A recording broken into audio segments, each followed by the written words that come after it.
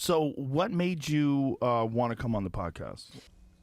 Because there is no good time to talk about Mr. Epstein and all things associated. We've been talking for about 6 months about doing something around the work that I was doing.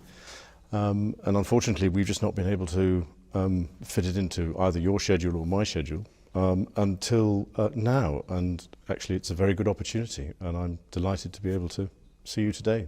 Thanks for reaching out, man. Nice to talk to you. It's been nice to get to know you. Thank you very much indeed. Let me ask you this right off the bat. Well, I don't know what I'm going to ask you. He didn't kill himself, right? Well, there again, I'm not one to be able to answer that question. I believe that centers around something to do with a bone in his neck, as to whether or not if you commit suicide, that bone breaks or something. But I'm afraid to say I'm not an expert. I have to take what the coroner says, and he has ruled that it was suicide. What he was doing was compromising a lot of these wealthy, powerful people by getting videotapes of them hooking up with young girls. We now know that. At the time, there was no indication to me or anybody else that that was what he was doing. And certainly, when I saw him either in the United States, well, no, when I saw him in the United States, or when I was staying in his houses in the United States, there was no indication, absolutely no indication. Here it is. Ghislaine Maxwell has allegedly secret video footage of Prince Andrew. Oh, Jesus. Pornhub, here we come. I do not remember anything. I've racked my brain and thinking, oh, well, when the allegations came out originally, I went, well, that's a bit strange. I don't remember this. And then I've been through it and through it and through it over and over and over again. And no, nothing. Never happened. Clinton flew with him like 26 times. Look at that. That's a picture. That's a real picture that was in the foyer of his house. How crazy is it?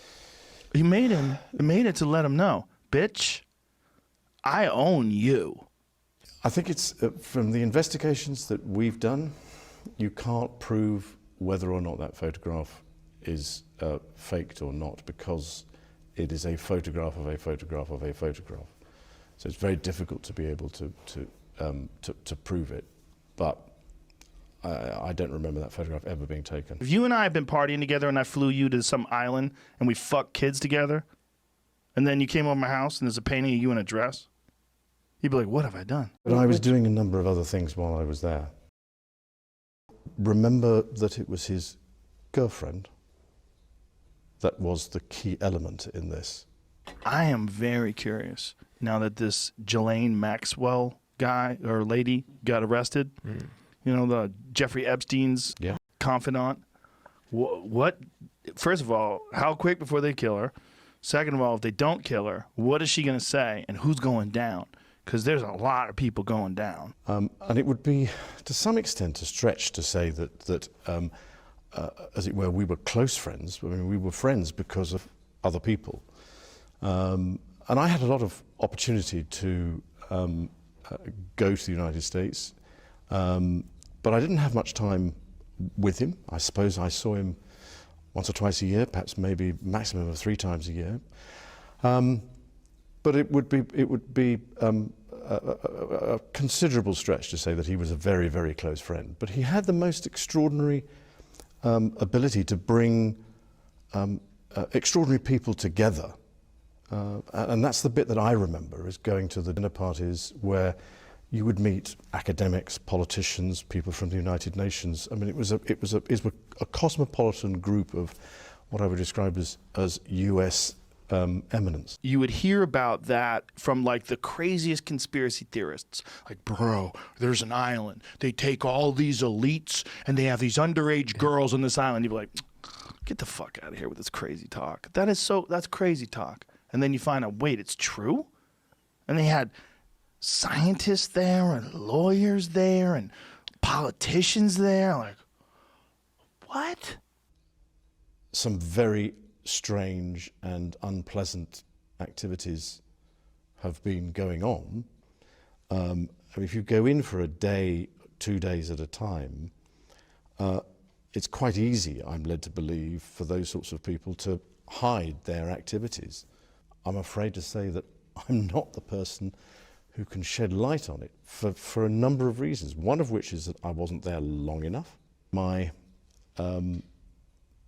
tendency to be too honourable, but that's just the way it is. You can't develop without trials and tribulations and come out normal, especially when you're not just a famous person, but you're a royal. Choosing to, as it were, get out there and talk about these things, it's almost a mental health issue to some extent for me, in the sense that it's been nagging at my mind for a great many years. I know that I made the wrong judgment and I made the wrong decision, but I made the wrong decision and the wrong judgment, I believe, fundamentally for the right reasons, which is to say to somebody, I'm not going to see you again. Holy shit, why did you do this?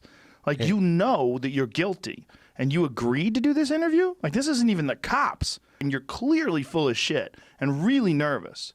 This is crazy. The whole thing's crazy. No, I don't think so. I think you've probably dragged out most of what is required, and I'm truly grateful for the opportunity that you've given me to be able to discuss this with you.